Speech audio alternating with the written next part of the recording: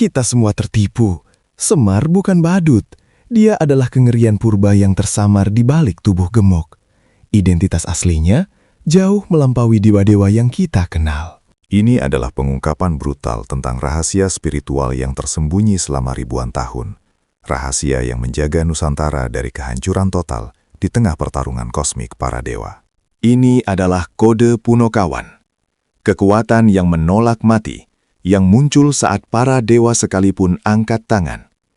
Mereka adalah kunci terakhir keadilan. Malam ini, kita bongkar identitasnya. Siapakah Semar Badranaya sesungguhnya? Mengapa dia memilih lumpur, bukan emas kahyangan? Lupakan humor. Ingatlah, setiap tawa mereka adalah pedang spiritual yang siap menikam kesombongan dan keangkuhan dunia. Mereka bukan badut, mereka adalah hakim. Lihat tubuhnya. Bengkak, buruk rupa, ambigu. Itu bukan cacat. Itu adalah manifestasi radikal dari penolakan terhadap keindahan dan kesempurnaan surgawi yang palsu.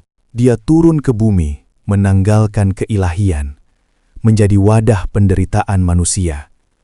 Sebuah pengorbanan kosmik yang brutal dan tidak terbayangkan. Semar adalah Pamomong, sang pelayan. Tapi pelayan siapa? Jawabannya, pelayan kasunyatan, realitas sejati. Dia melayani kebenaran, bukan tuan. Dengarkan baik-baik. Nama aslinya, Sang Hyang Ismaya. Kakak kandung dari Batara Guru, penguasa tertinggi kahyangan. Persaingan di surga yang menghasilkan kehancuran bumi. Bagaimana dewa tertinggi bisa menjelma menjadi rakyat biasa yang kotor dan dehkil? Ini adalah intrik spiritual paling gelap yang menyelimuti mitologi Jawa. Kita pindah ke punggawa pertama, Gareng. Si tangan cacat, kaki pincang. Kelemahan fisiknya adalah kekuatan spiritual terbesarnya. Cacatnya bukan kutukan, itu adalah simbol. Simbol tentang ketidakmampuan total manusia untuk berdiri sempurna tanpa bersandar pada bimbingan ilahi. Manusia yang rapuh. Tangan Gareng yang bengkok, tidak mampu menggenggam dunia. Dia hanya bisa menerima, hanya bisa nerimo ing pandum. Kredo kepasrahan total, tetapi diiringi perjuangan keras. Kekuatan spiritual Gareng adalah stabilitas di tengah badai. Dia tidak bisa lari. Dia harus bertahan. Dia mengajarkan ketahanan di tengah penderitaan yang tak terhindarkan. Sekarang, Petruk, si tubuh tinggi kurus, hidung panjang seperti terowongan ke alam gaib. Si ahli strategi yang menertawakan takdir. Petruk melambangkan kewicaksanaan, kebijaksanaan yang tajam dan menusuk. Dia adalah jembatan yang rapuh antara yang fana dan yang abadi. Jembatan yang penuh resiko. Hidungnya yang panjang, itu adalah antena spiritual. Selalu mengendus kemana arah kebenaran sejati bersembunyi, terlepas dari label dan dogma. Petruk adalah Punokawan yang paling kritis, yang paling berani menantang otoritas, termasuk para dewa yang zolim, yang lupa akan tugas mereka. Ingat kisahnya saat ia mencuri jamus Kalimasada. Itu bukan pencurian kriminal, itu adalah perebutan hak atas keadilan kosmik, sebuah tindakan revolusioner. Adrenalin Petruk adalah keberanian untuk berkata tidak pada tradisi yang sudah busuk dan sistem yang korup. Dia adalah sang reformis spiritual. Dan yang termuda, paling misterius, Bagong. Hasil bayangan, hasil gemas spiritual Semari yang paling liar dan tak terduga. Bagong adalah titisan paling murni dari sifat lugu Semar. Wujud keaslian yang tidak tersentuh dogma. Kebodohan yang menipu. Dia adalah representasi rakyat jelata yang paling kotor, paling jujur, dan paling dekat dengan tanah. Kekuatan murni dari bumi yang tak pernah berbohong. Sifat Bagong yang sembrono seringkali menipu para musuh. Tapi di balik itu, ada insting spiritual yang tajam, bak pisau bedah yang memotong ilusi. Mereka adalah satu tim. Trias tunggal. Semar sebagai akar, Gareng, tubuh yang pasrah. Petruk, akal yang tajam. Bagong, insting yang murni. Jika satu goyah, seluruh keseimbangan jagat raya terancam. Ini bukan drama wayang yang lucu, ini adalah pertahanan semesta yang paling krusial. Tapi mengapa mereka mengabdi? Mengapa dewa turun menjadi budak? Jawabannya ada pada tugas terberat Semar, penyeimbang mutlak. Tugas Semar adalah menyeimbangkan kesusilaan, kebaikan, dan kezaliman, keburukan. Dia menjaga agar dewa tidak terlalu sempurna, agar manusia tidak terlalu jatuh. Kekuatan spiritual mereka adalah ngluruk tanpa bala, maju tanpa pasukan. Kekuatan yang datang dari hati yang bersih, yang menolak senjata, yang hanya membawa kebenaran. Mari kita gali lebih dalam. Kembali ke Sang Yang Ismaya. Kejatuhan dramatisnya ke dunia fana. Inilah asal mula trauma kosmik Jawa. Ismaya, kakak tertua, gagal dalam tugas penciptaan. Ia terlalu mementingkan ego, terlalu cepat ingin menjadi dewa yang sempurna. Ego adalah racun para dewa. Batara Guru, adiknya, berhasil. Namun Semar memilih jalur yang lebih sulit. Jalur kesengsaraan. Jalur pengabdian. Jalur yang penuh penderitaan. Dia menolak tahta kahyangan demi lumpur bumi. Ini adalah bentuk tirakat, asketisme, paling ekstrim yang pernah ada. Pilihan yang mengguncang surga. Tubuhnya yang bulat melambangkan bumi itu sendiri. Tempat di mana spiritualitas harus diuji melalui penderitaan dan kotoran dunia, bukan di altar yang bersih. Inilah yang jarang diketahui. Semar bukan titisan. Dia adalah entitas yang memilih menjadi wadah. Wadah kekosongan, wadah kerendahan hati. Punakawan adalah refleksi dari energi primordial Semar yang menyebar, yang berdesir saat ia mendarat di tanah Jawa. Mereka adalah perpanjangan tangannya. Refleksi fisik yang hancur. Refleksi intelektual yang tajam. Refleksi emosional yang murni. Ketiga komponen spiritual manusia. Mereka selalu berada di pihak yang benar. Tapi, benar menurut Semar berarti menantang status quo, selalu berdiri untuk keadilan, walau harus sendirian. Mereka tidak peduli gelar. Mereka hanya peduli pada rasa sejati. Rasa keadilan yang mendalam, yang menusuk hingga ke tulang, yang tak bisa dibohongi. Pikirkan ini, mereka adalah mata-mata dewa di dunia manusia, dan mata-mata manusia di dunia dewa.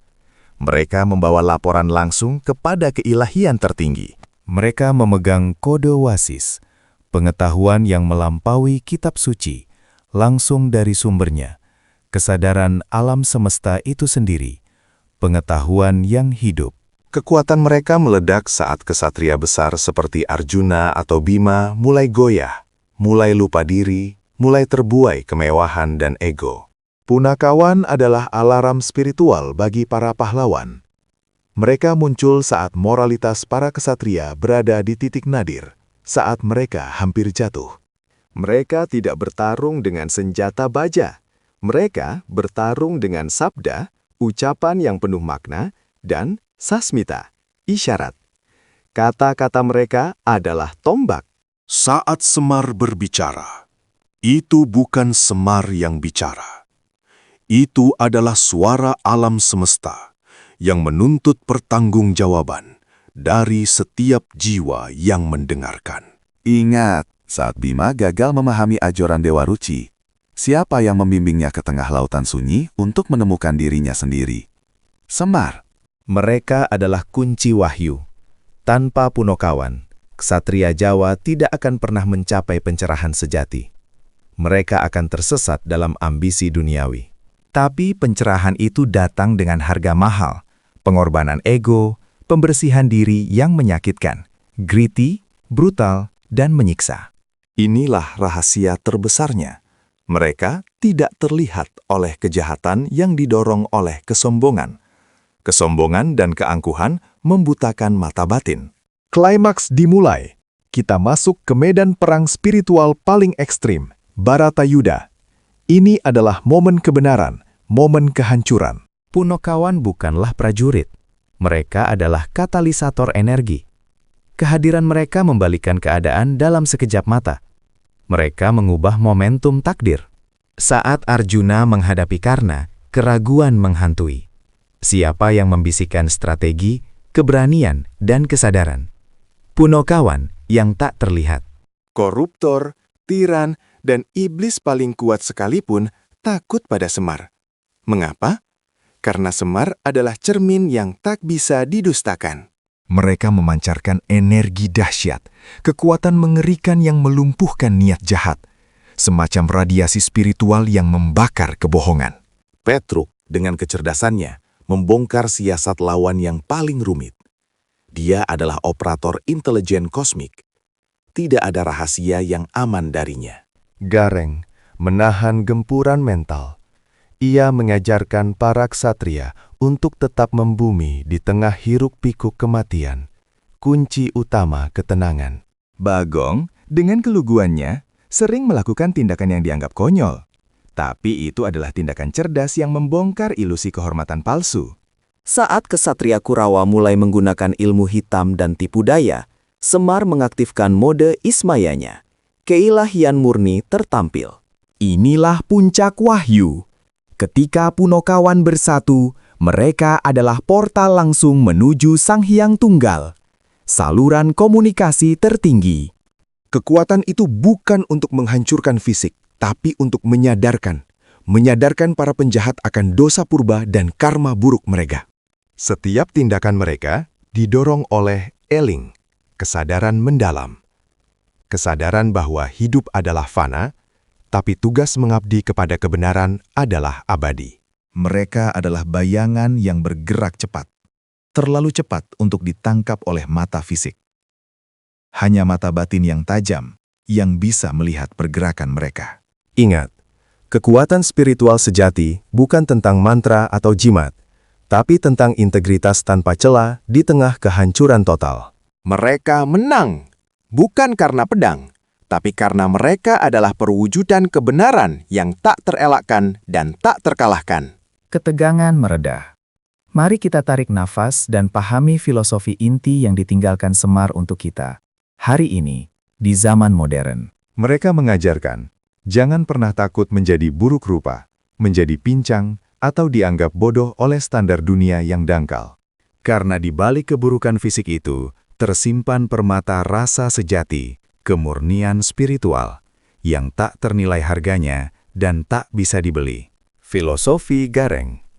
Terima nasibmu, tapi jangan berhenti bergerak ke arah kebenaran. Kehidupan adalah ketidaksempurnaan yang harus ditaati dengan hati ikhlas. Filosofi Petruk. Gunakan akalmu untuk melihat melampaui ilusi kekuasaan. Berani bertanya, berani melawan ketidakadilan, berani berpikir kritis. Jadilah dirimu sendiri yang paling murni, yang paling lugu. Keluguhan adalah tameng terkuat melawan kepalsuan dan intrik dunia yang penuh tipu daya. Semar mengajarkan ngawulo, pengabdian, sebagai jalan tertinggi menuju keilahian. Bukan kekuasaan yang harus dicari, tapi pelayanan tanpa pamrih. Inilah kode spiritual yang harus kita aplikasikan sekarang. Dalam dunia yang penuh hiruk-pikuk, kita butuh punokawan batin kita sendiri. Bersihkan hatimu dari kesombongan. Jika kamu merasa sudah sempurna dan suci, saat itulah kamu mulai jatuh seperti Sang Hyang Ismaya. Mereka adalah penjaga etika, pengawas spiritual. Selalu ada, di samping para pemimpin yang jujur dan rakyat yang tertindas.